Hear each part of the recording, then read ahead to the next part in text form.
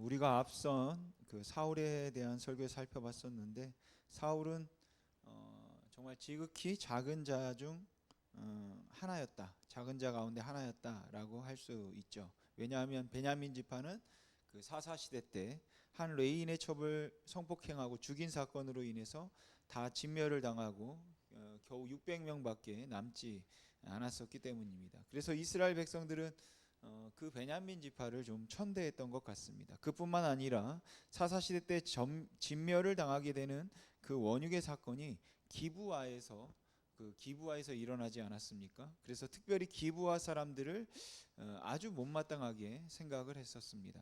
그리고 그 기브아 출신이 사울이니까 정말 인지도가 없는 그런 지극히 작은 자가 사울이었던 겁니다. 그런데 하나님께서는 그 기브아 사람 사울을 왕으로 세우셨습니다. 그리고 그때만 해도 사울은 정말 보잘것없는 초라한 그리고 부족한 그런 모습이었습니다. 그런데 14장에 나오는 사건과 사무엘상 14장에 나오는 사건과 또 15장에 있는 그 사건을 보면 사울이 이제는 많이 커진 것을 알 수 있습니다. 이제는 왕으로서 자리를 잡았고 그뿐만 아니라 많은 군대를 이끌고 그야말로 강력한 리더십을 그가 발휘하기 시작한다라는 것이죠. 우리 같이 사무엘상 14장으로 가서 우리 사무엘상 14장 47절 48절 말씀 우리 같이 읽어보겠습니다. 시작. 사울이 이스라엘 왕위에 오른 후에 사방에 있는 모든 대적 곧 모압과 암몬 자손과 에돔과 소바의 왕들과 블레셋 사람들을 쳤는데 향하는 곳마다 이겼고 용감하게 아말렉 사람들을 치고 이스라엘을 그 약탈하는 자들의 손에서 건졌더라. 아멘. 여기 보면 향하는 곳마다 이겼다. 그러니까 왕으로서 전승을 하고 있는 것이죠. 그래서 기세가 등등하게 세력을 확장하고 있는 모습이고 또 형통하고 소위 말해서 성공하고 있는 그런 모습입니다.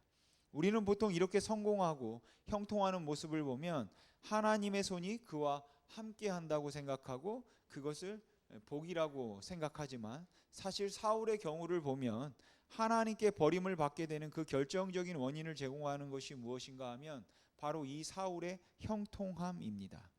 아마 사울이 이렇게 형통하지 않았더라면 겸손했을 겁니다. 만일 사울이 그렇게 잘 되지 않았더라면 그가 평소에 약간의 열등감을 가지고 있기는 했지만 그렇게까지 범죄하지는 않았을 것 같아요.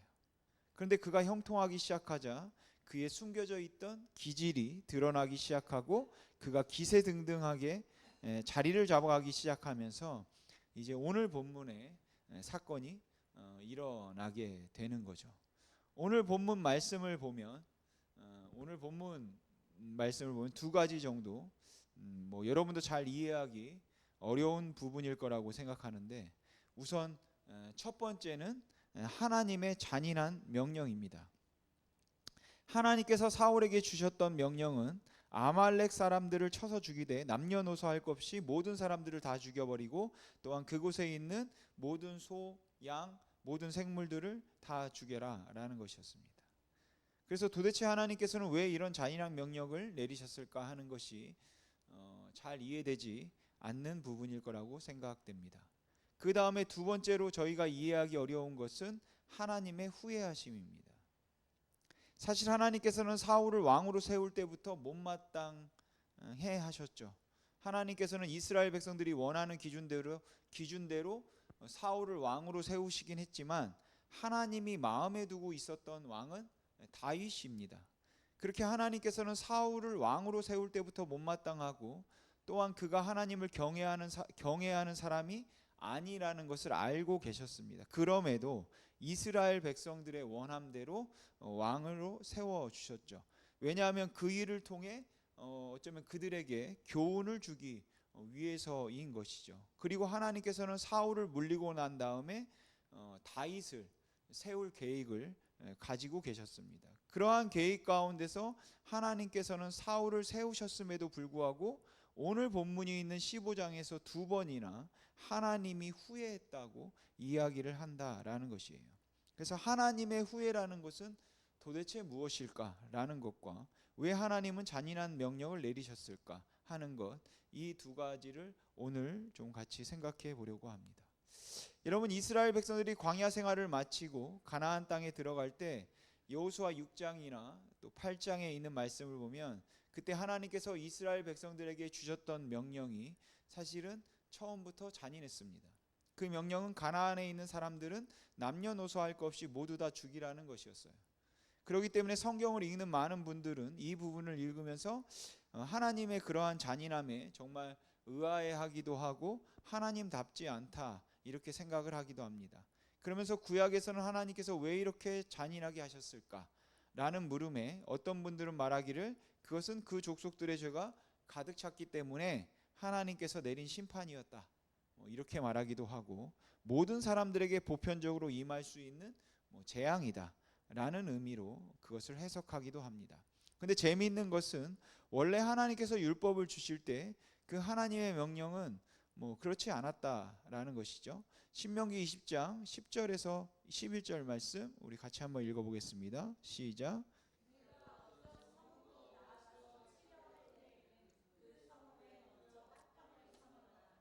그 성읍이 만일 화평하기로 화답하고 향하여 성문을 열거든 그 모든 주민들에게 내게 조공을 바치고 너를 섬기게 할 것이요. 그러니까 전쟁하기 전에 오히려 너희가 먼저 가서 화평을 선언해라. 이건 싸우지 말라라는 것입니다. 그러니까 진멸하라고 안 한 것이죠. 근데 그 다음 12절부터 보시면 만일 너와 화평하기를 거부하고 너를 대적하여 싸우려 하거든 너는 그 성읍을 에워쌀 것이며 내 하나님 여호와께서 그 성읍을 내 손에 넘기시거든 너는 칼날로 그 안에 남자를 쳐 죽이고, 그러니까 남자만 죽이는 겁니다. 그리고 다음 보면 너는 오직 여자들과 유아들과 가축들과 성읍 가운데 있는 모든 것을 너를 위하여 탈취물로 삼을 것이며 너는 내 하나님 여호와께서 내게 주신 적군에게서 빼앗은 것을 먹을지니라.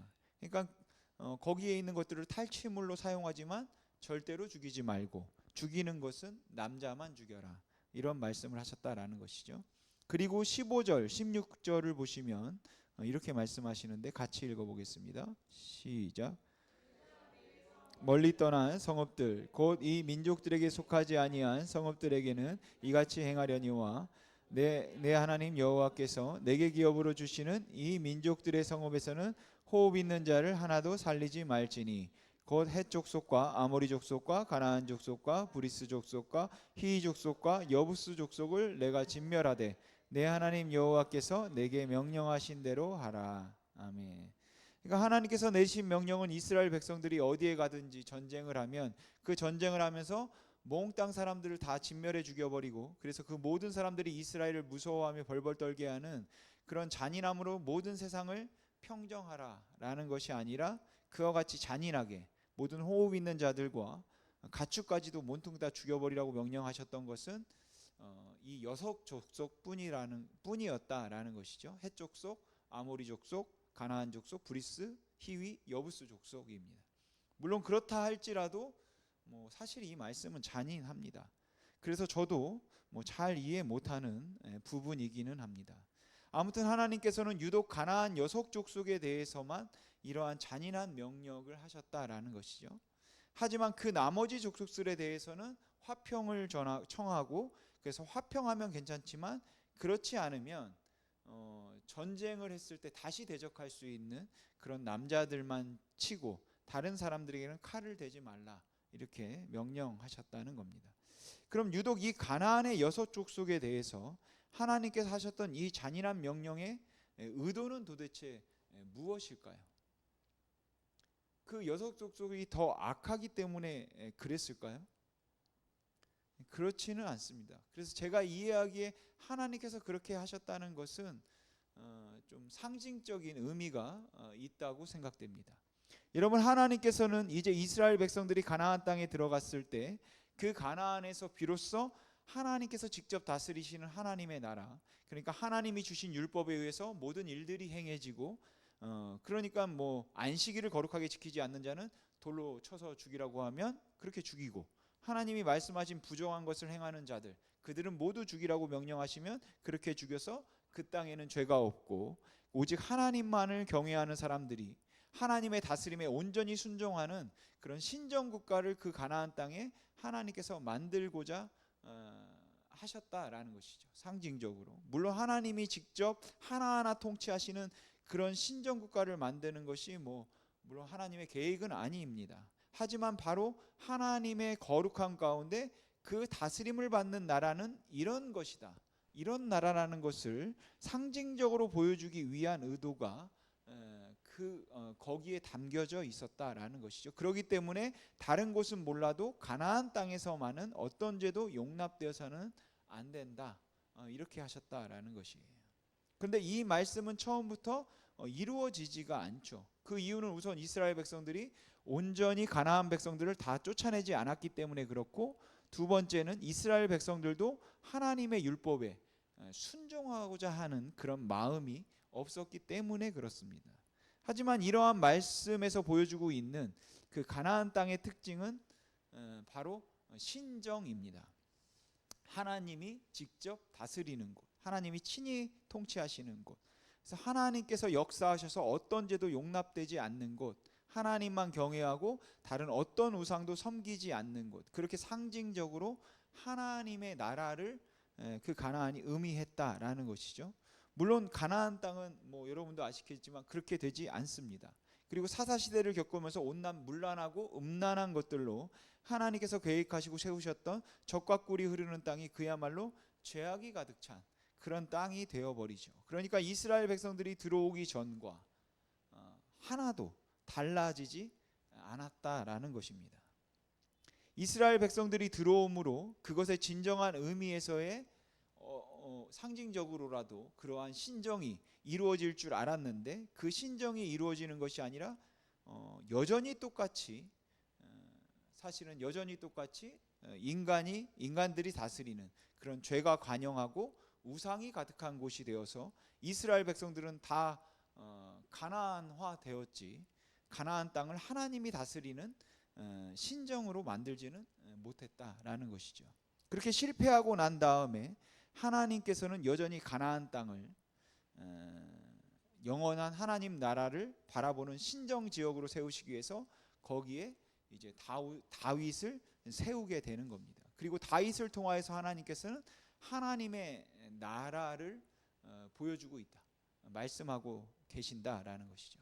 그러니까 사실 가나안 땅에서 모든 불의를 행하는 자들과 악한 자들과 우상 숭배하는 자들과 여호와를 경외하지 않는 자들을 모두 제하여 버리라고 하는 말씀의 의미는, 그 땅은 내가 친히 다스려서 죄가 인정되지 않는 곳을 만들겠다고 하는 그러한 의미가, 그게 현실적으로 가능하지 않았어도 상징적으로 우리들에게 주고자 하는 그러한 메시지가 그 안에 담겨 있었다라는 것이죠.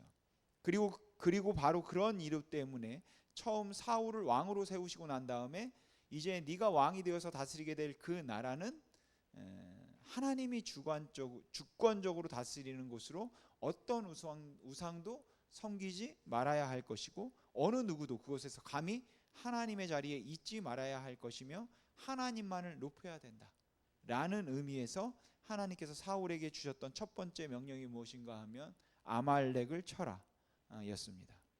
여러분, 아말렉은 한 곳에 정착하는 일이 없는 그런 산적, 도적대, 이런 약탈자였습니다. 그래서 다니면서 몰래 뒤에서 공격을 하고 도적질을 하는 그런 족속이었어요. 근데 이 아말렉이 그 이스라엘이 출애굽해서 광야에 들어왔을 때 이 이스라엘을 괴롭히죠. 그래서 실제로 광야에서 이스라엘이 싸웠던 유일한 족속이 아말렉입니다. 다른 족속들은 나중에 이제 가나안 땅에 가까워왔을, 요단 동편에 가까워왔을 때, 그 들어왔을 때나 싸웠지 이스라엘하고 싸우지 않습니다. 근데 아말렉이 이스라엘을 그렇게 괴롭혔기 때문에 하나님께서 출애굽기 17장에서도 내가 저 아말렉을 아주 이 세상에서 싹 지워버리겠다 라고 말씀하실 정도로 아말렉은 이스라엘에게 정말 가시 같은 족속이었다라는 것이죠. 그런데 하나님께서 사울 왕에게 그 아말렉을 치라고 명령하는 겁니다.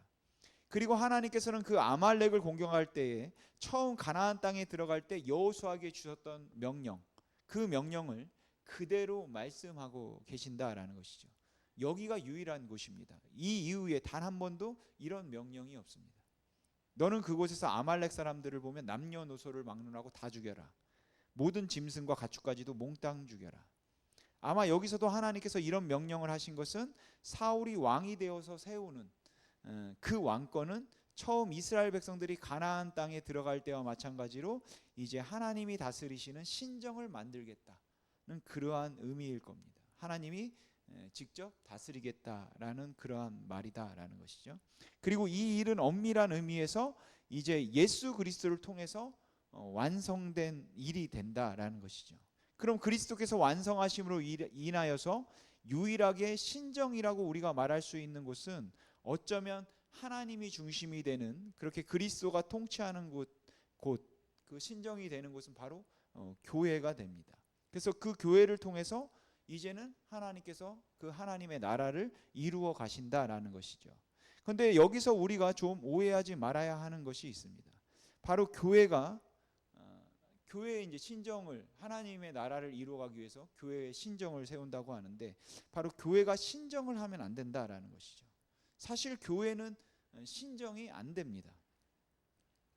어떤 분들은 인본주의적인 교회에 대해서 비난을 하면서 교회는 뭐 그런 인본주의적으로, 야 민주적으로 하는 거 너무 인본주의적이다, 그런 것이 아니라 교회는 신정을 해야 한다, 그게 교회다, 이렇게 말씀하는 분들이 계십니다. 근데 저는 그건 맞지 않다라고 생각해요.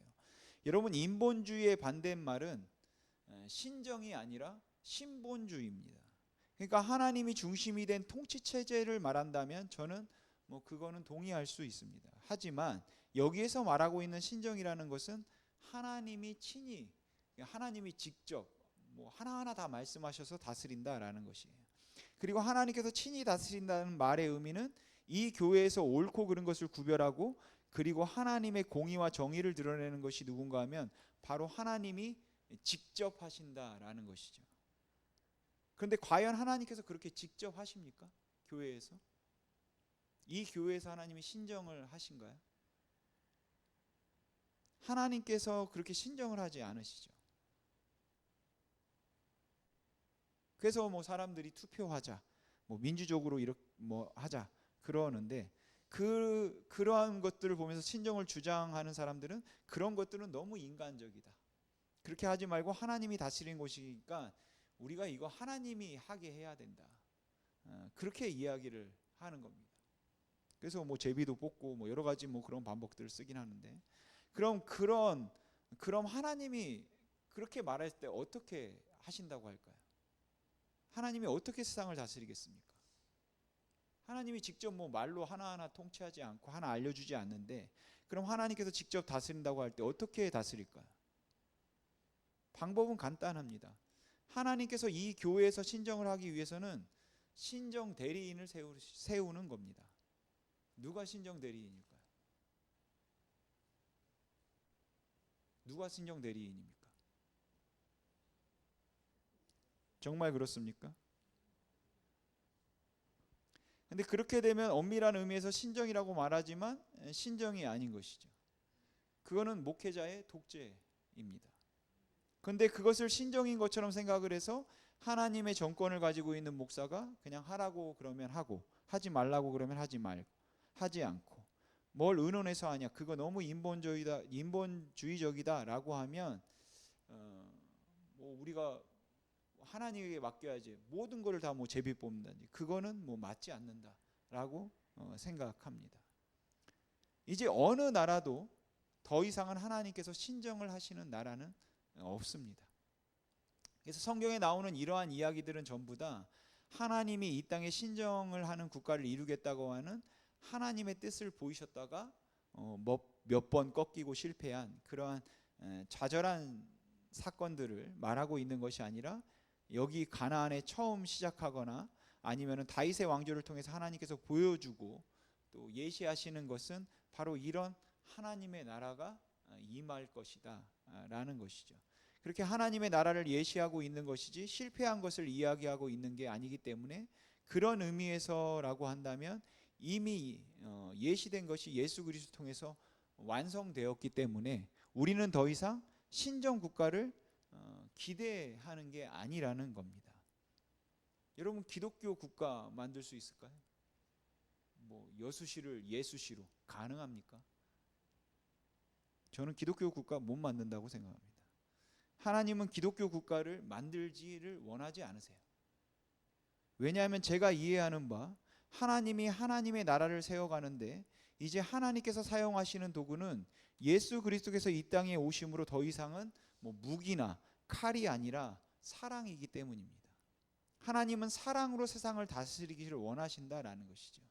이제 더 이상은 십자군 전쟁을 하면 안 된다. 그런 기독교 국가를 만들기 그 오래전 그 정말 우리 기독교의 치욕과 같은 사건이지만 십자군 전쟁을 했었죠. 물론 그 당시 십자군 전쟁을 할 수밖에 없었던 뭐 지역적인 문제들이 있었을 겁니다. 그러나 사실 그 핵심은 사람들의 권력 욕심이 더 큰 영향을 미쳤다라는 것이에요. 사실 십자군 전쟁과 같은 것을 통해서 뭐 기독교화 시킬 수 있겠죠. 그래서 우리나라도 뭐 그렇게 하면 기독교 국가가 될 수 있을 겁니다. 그런데 이거는 힘으로 하는 것이죠. 예를 들면 뭐 주일날 가게 문을 열면 200% 세금을 때려버리는 겁니다. 그리고 주일날 예배에 참석하지 않는 사람들 아니면 주일날 봉사하지 않는 사람들에게는 연말에 벌금을 때려버리는 거죠. 또 1년에 2번 이상 교회에 빠진 사람은 감옥에 보내는 겁니다. 이쯤 되면 어떻게 될까요? 교회가 차고 넘치겠죠. 근데 그렇게 힘을 가지고 기독교화 시킨다면 그건 주님께서 원하시는 하나님의 나라가 아니다라는 것이에요. 이제는 사랑으로 스스로 변해서 은혜 때문에 그 사명을 감당하도록 주님께서 하셨고 그 은혜에 감사해서 온전히 주님만을 사랑하고 섬겨서 예배하는 곳이 바로 이 교회이고 그 은혜 때문에 하나님의 다스림을 받게 될 그 나라 영원한 그 하나님의 나라가 곧 온다라는 것입니다. 그리고 그러한 나라를 예시적으로 보여주고 있는 사건들이기 때문에 즉 하나님이 다스리고 통치하신다는 의미에서 더 이상은 어떤 우상도 어떤 죄도 존재할 수 없는 것을 보여주는 그 상징적인 의미에서 하나님께서 이런 진멸하라 다 죽이라는 명령을 말씀하셨던 것 같다라는 것이죠. 물론 그럼에도 불구하고 여전히 하나님의 이 명령이 잔인해 보이는 것은 뭐 어쩔 수 없습니다. 저로서도 참 이해하기 어렵고 안타까운 것은 뭐 사실이죠. 하지만 뭐 신학적으로 설명을 하자면 앞에 말씀드린 것 정도 이렇게 이야기 드릴 수 있을 것 같습니다. 근데 사울이 그 다 죽이라고 하는 명령을 받고 아말렉에 있는 사람들을 다 쳤는데 그 짐승들은 다 죽이지를 않았어요. 그래서 그 짐승들 중에 살찐 것들과 기름진 것들 그리고 귀한 것들은 전부 남겨두었습니다. 오늘 본문 9절 말씀 우리 같이 한번 읽어보겠습니다. 시작.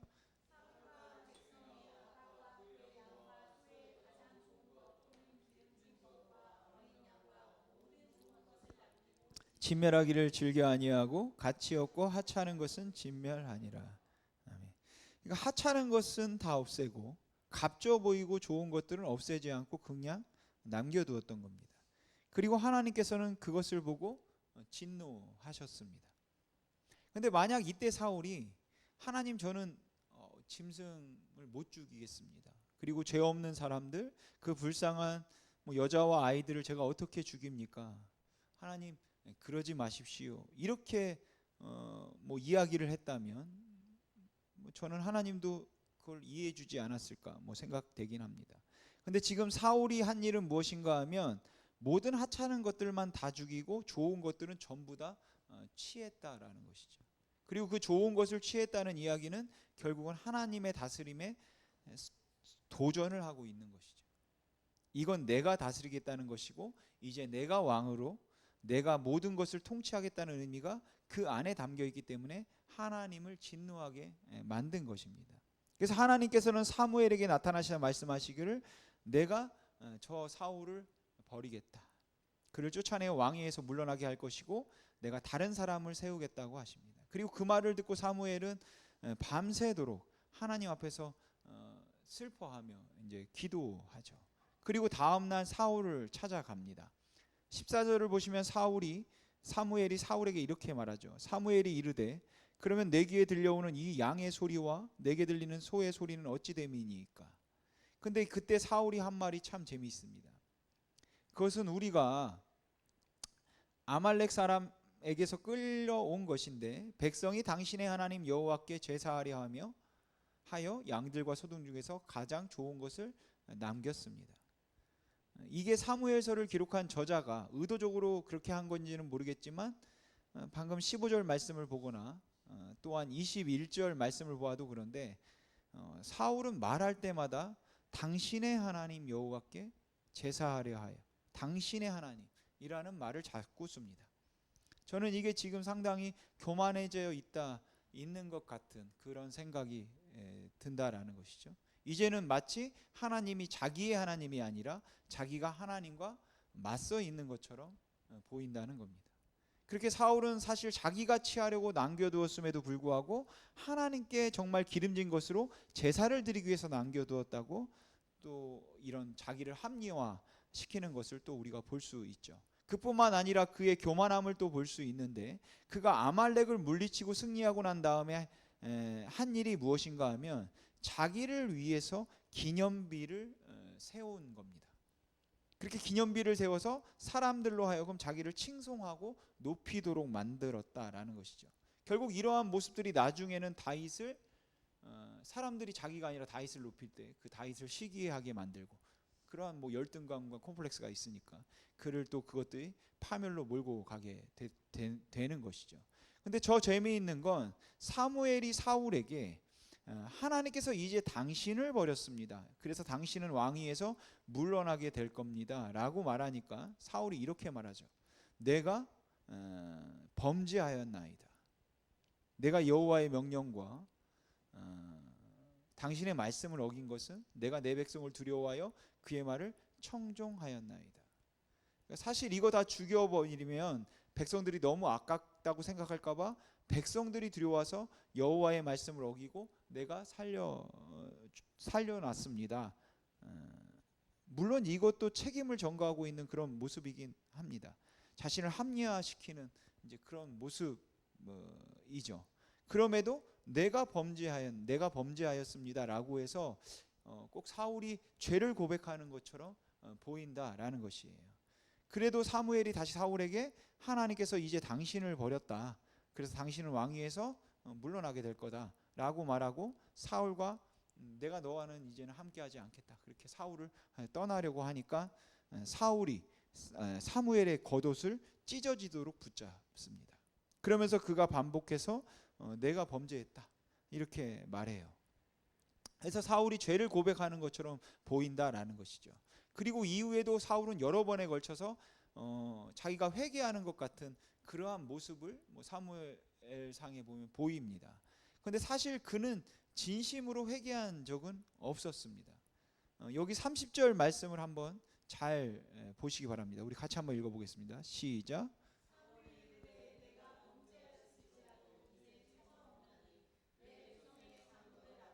이스라엘 앞에서 나를 높이사 나와 함께 돌아가서 내가 당신의 하나님 여호와께 경배하게 하소서 하더라. 아멘. 결국 지금 사울이 하고 있는 일은 뭡니까?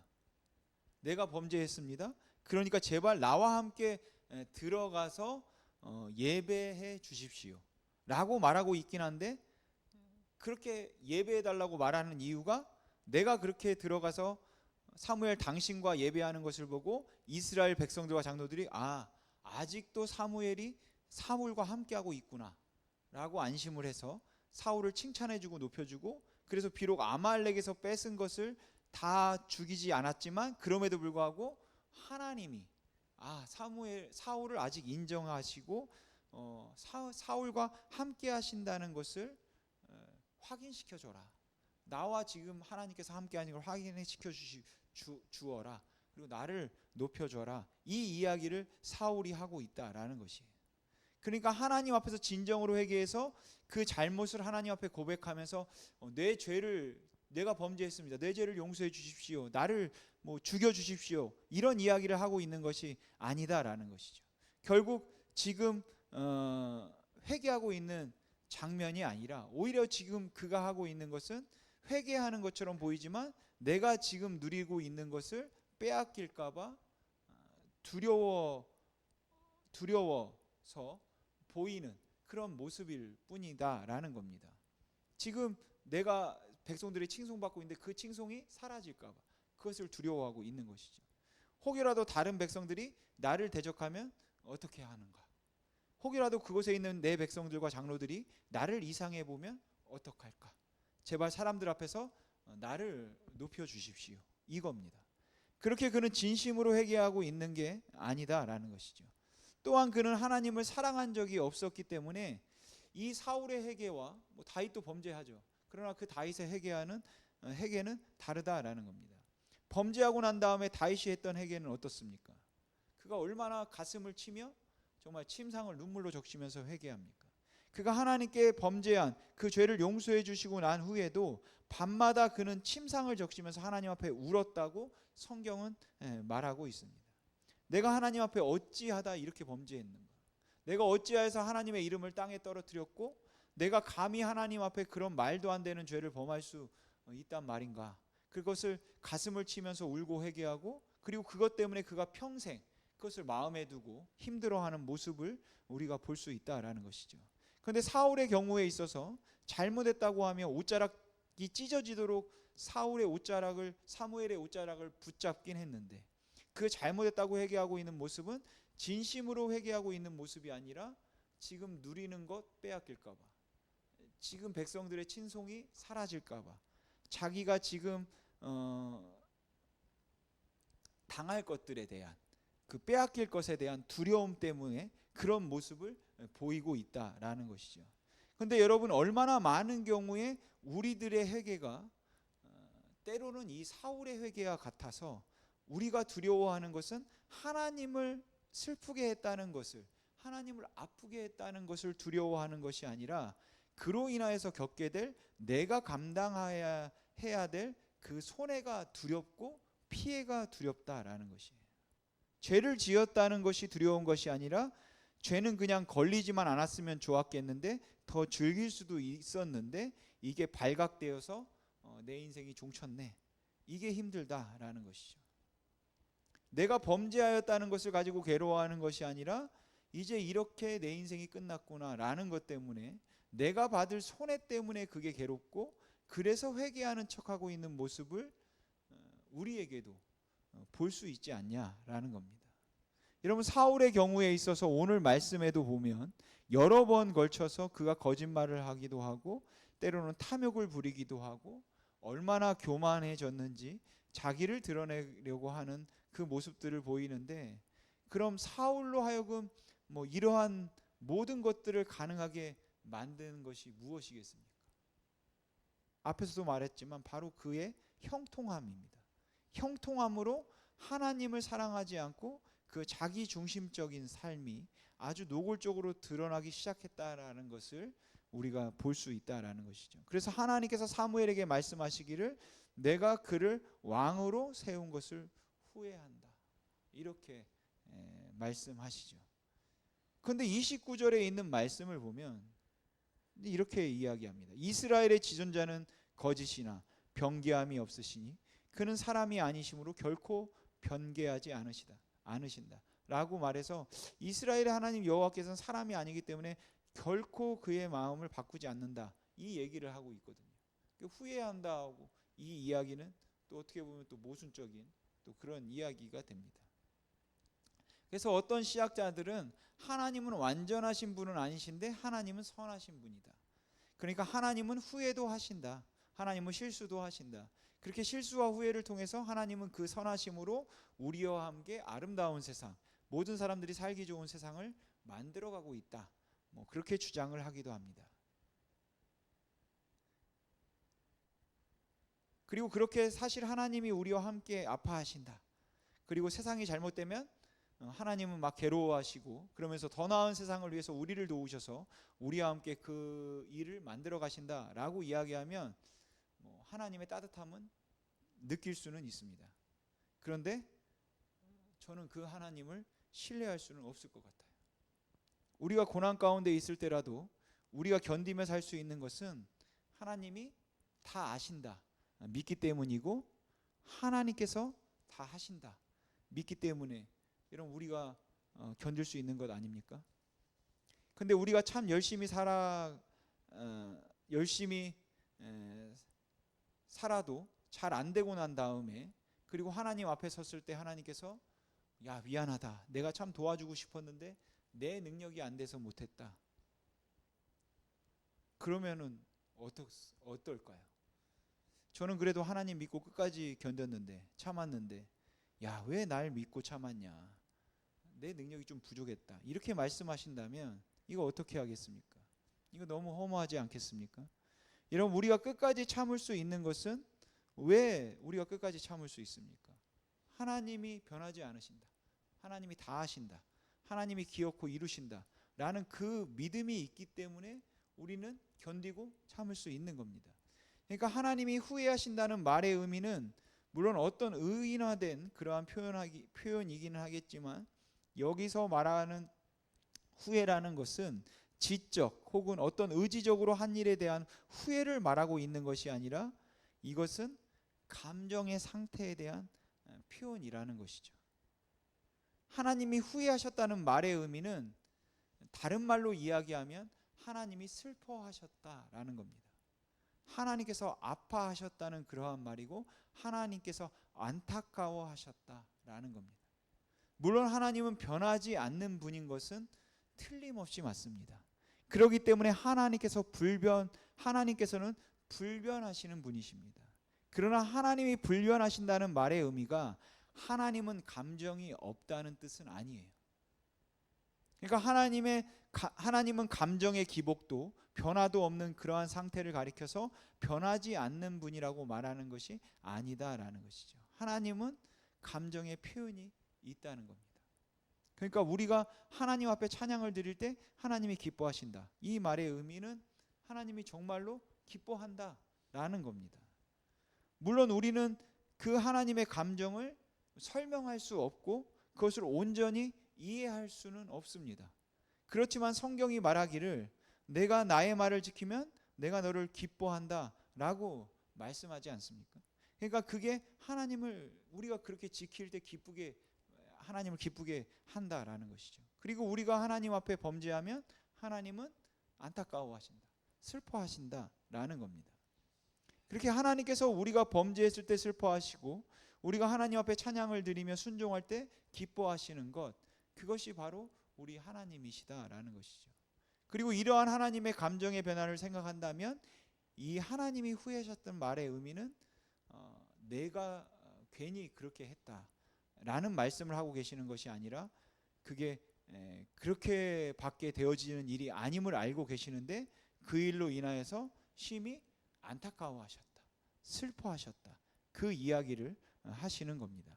그러니까 하나님께서 예수님을 십자가에 못 박으시고 그 십자가에서 엘리 엘리 라마 사박다니 라며 부르짖는 그 예수님의 음성을 들으면서 하나님께서는 그것을 보면서 안타까워하시고 정말 진론을 내릴 수밖에 없기 때문에 내리면서도 그것을 인해서 슬퍼하셨다라는 것이에요.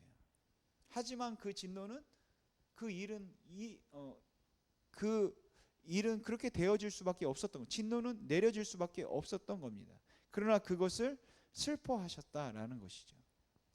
또한 노아의 홍수 때도 하나님께서 마찬가지로 말씀하셨는데, 그 범죄하는 모든 사람들을 물로 다 쓸어버리시고 나서 주님께서는 그들에게 심판을 내린 것을 후회하셨다고 이야기를 하는데, 여기에 후회하셨다는 말의 의미도 괜히 그랬다, 괜히 내가 물로 심판했네, 그 의지적으로 행한 행동을 돌이키고 싶어하는 마음을 말하고 있는 것이 아니라, 후회했다는 그 말의 의미는 그것으로 인해서 굉장히 마음이 아팠다, 슬퍼했다, 그 의미로 보아야 한다는 겁니다. 주님께서 우리에게 행하신 일들을 미처 모르셔서 내가 이렇게 될 줄 모르고 이거 괜히 그랬네 라고 그 지식의 부재 때문에, 혹은 그렇지 않다면 그 의지적 결단의 미흡함 때문에 하나님께서 그것을 그렇게 행하신 일을 후회하시는 일, 그런 것은 없습니다. 그러니까 우리가 어떤 어려움을 당하고 난 다음에 하나님은 우리를 잘되게 만들기 위해서 우리를 힘들게 하셨는데, 거기서 우리가 그 어려움 가운데 막 힘들어하는 것을 보시면서 괜히 했나? 괜히 그랬나? 이렇게 말씀하시지는 않는다라는 것이에요. 하지만 그것 때문에 힘들어하고 고통스러워하는 우리들을 보면서 주님 역시 슬퍼하신다라는 것이죠. 왜냐하면 그것이 우리 주님의 마음이기 때문에 그렇습니다. 여러분, 하나님께서는 우리 하나님의 백성들이 하나님께 범죄할 때, 하나님을 멀리할 때 슬퍼하시고 분노하시고, 하나님의 백성들이 하나님을 영화롭게 할 때 기뻐하십니다. 그리고 하나님께서는 그런 우리와 함께 우리로 인하여서 영원히 즐거워하며, 우리가 또한 그로 인하여서 영원히 즐거워하게 하려고 우리를 구원하시고 우리를 그 하나님의 당신의 자녀로 삼으셨다라는 것이죠. 따라서 저와 여러분들이 현재 당하시는 일 가운데, 아니면 지금 경험하고 계시는 일들 가운데 비록 좀 힘들고 어려운 것들이 있다 할지라도, 그렇게 힘들고 어려움 가운데서 우리가 하나님의 선하심과 동시에 그 하나님의 전능하심을 의심하지 않고 기다리고 인내하는 것이 정말 필요하다고 생각합니다. 그런데 우리가 그렇게 기다리고 인내하지 못하고 하나님 앞에 범죄하여서 하나님이 원하시지 않은 일을 행할 때 하나님께서는 이제 후회하시는 것이죠. 그리고 이 말은 하나님께서 그러한 모습, 우리의 그러한 모습을 보시고 안타까워하신다, 정말 슬퍼하신다, 그런 의미인 겁니다. 우리가 사랑하는 자녀들과 뭐 어떤 약속을 하고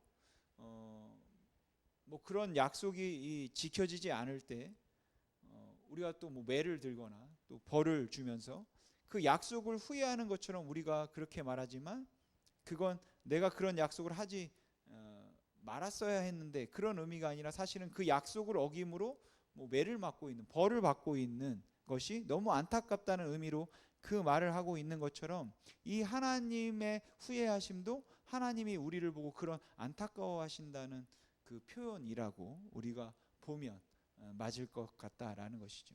오늘 우리가 사울의 모습을 보면서, 그리고 사울을 보시는 하나님의 마음을 한번 헤아려 보면서, 사실 우리가 우리 자신의 모습을, 우리가 사울의 모습, 또 사울의 모습을 보면서 나오는 그 하나님의 마음을 보면서 우리의 모습을 한번 돌아볼 수 있으면 좋겠습니다. 어떻게 보면 잔인해 보이는 오늘 이 하나님의 명령, 또 본문의 사건이, 사실 하나님은 그 잔인해 보이는 사건을 통해서 그 어떤 것도, 그 어느 것도 우리의 삶의 중심에서 우리의 주인이 되지 못하고 오직 하나님만이 우리의 주인이 되고 싶어 하시는 그 하나님의 마음을 우리들에게 보여주신다고 생각합니다. 오직 하나님만이 우리의 주인이 되기를 원하시는데, 우리는 자꾸 그 하나님의 자리에 나를 놓으려고 하는 모습, 내게 좋은 것들을 계속 남기려고 하는 모습, 우리 안에 자주 보이기 때문에 그것이 하나님의 마음을 아프게 하고 있다라는 것이죠. 오늘 이 시간 그런 우리의 마음을, 또 나의 마음을 한번 잘 여러분 점검해 보시기 바랍니다. 그래서 하나님 앞에서 하나님만이 나의 주님이십니다. 나의 모든 것에서, 나의 모든 삶에서 주님만이 나의 왕이십니다. 라는 그 고백을 저와 여러분이 정말 할 수 있기를, 그냥 사울처럼 그런 입술의 고백만이 아니라 다윗과 같이 가슴을 찢는 그 삶의 고백으로 할 수 있기를 주님의 이름으로 소망합니다. 기도하겠습니다.